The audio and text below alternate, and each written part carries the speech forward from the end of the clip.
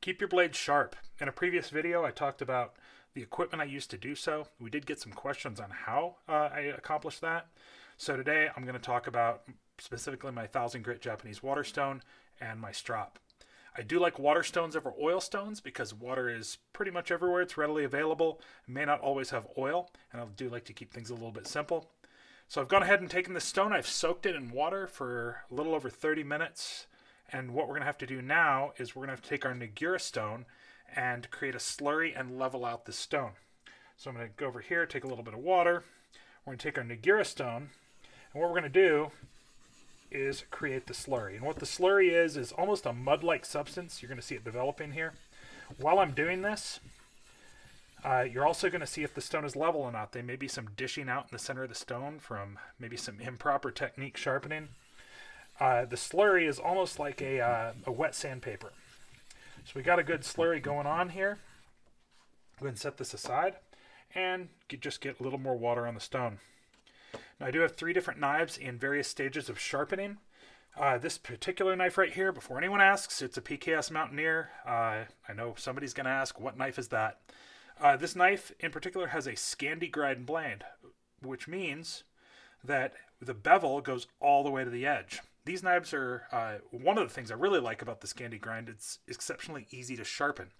It also is great for carving and a number of other tasks. But for sharpening this blade, all I have to do is lay the blade on the stone, and then I'm going to rotate it until the bevel just flattens out. I can feel the bevel flattening out, and I'm going to go ahead and rotate forward on the stone, keeping that nice consistent angle, just like this. I would do this several times. On one side, we'll just do it 2 now for demonstration, and then I'm going to go to the other side, rotate till the bevel flattens out, and go this direction. Make sure you're doing this an even number of times each side, and really try to keep that consistent angle as you're doing your sharpening. Alright, so that's the scandi grind blade. Most of you probably have some sort of a knife like this. This is an EC6. Maybe you don't have this particular knife, obviously, but something like a flat grind or a saber grind or something like that, where you've the blade tapers down and then has a secondary bevel. And so how are we going to get a good solid angle on this? I'll do it backwards first, just for demonstration purposes. I prefer a light directly overhead for this reason.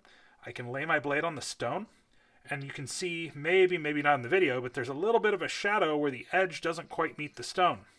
So what I'm going to do now is get right in here and I'm going to rotate until that shadow completely goes away. Once that shadow goes away, I'm going to try to hold a very consistent angle as I draw back on the stone, the whole direction, just like that. Rotate till the shadow goes away. And just like that. When I go the other direction, it's the exact same thing. I'll probably get my head in here. Look, okay, shadow's completely gone. You can also feel with your finger. Be very careful with that. And we're going to draw forward. When you get used to this, you should be able to hit this angle almost immediately after some repetition. And as well, you're going to hear the sound of the blade. So you're going to listen to hear if any dragging. If I over-rotate, you're going to hear the blade cutting into the stone a little bit. If I under-rotate, that angle between the bevel, you're going to hear that dragging on the stone. So it should sound like a nice, smooth swipe across your stone. And this is how I'm going to accomplish this. This 1000 grit stone will get you nearly razor sharp. If I had a lot more time on the video, obviously, I'd flip over to the 6000. I would do the same thing and then go on to the stropping. So this blade is my PKS Scorpion, and I've already hit it on the 1000, 6000 side. You can almost see a mirror finish, and that's a lot cosmetic. But the reason you strop is on any stone, you're going to get just a little burr on the edge, a microscopic burr on this edge here. So to make this absolutely razor sharp, we want to eliminate that burr and flatten it out. You may be able to feel it if you drag opposite direction of your blade, just like this. You may be able to feel that burr.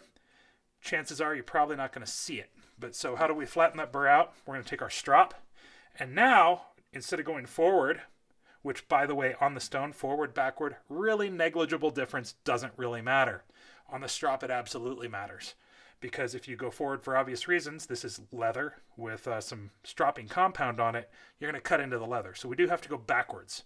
So in this case, I'm just going to find that edge, and I'm going to draw it back, and do it several times one direction, several times the other, and we're just eliminating and flattening out that burr.